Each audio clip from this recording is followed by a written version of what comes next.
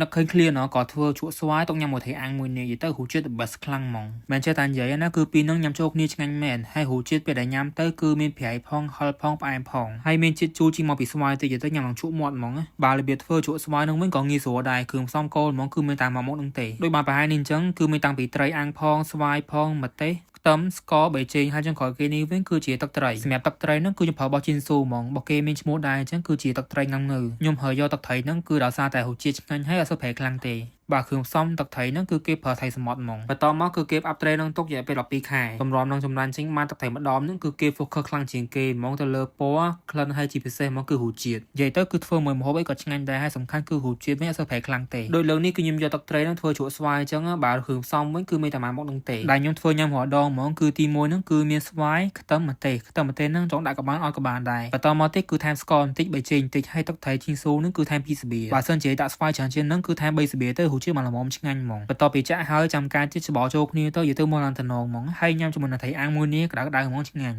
សម្រាប់ជក់ស្វាយហ្នឹងយើងចង់ញ៉ាំតទេជាមួយនឹងត្រីក៏បានឬមួយក៏ញ៉ាំមួយបាយក៏បានដែរមានតែប៉ុណ្្នឹងមកយកទៅរួចមួយពេលហ្មងបើចង់ស្អែកហ្នឹងគឺអាចសាក់បានអញ្ចឹងហើយសម្រាប់ទឹកត្រីជីងស៊ូហ្នឹងគឺអាចប្រើបានតាមផ្ទះចាប់ក្រួយឬមួយក៏តាមផ្សារ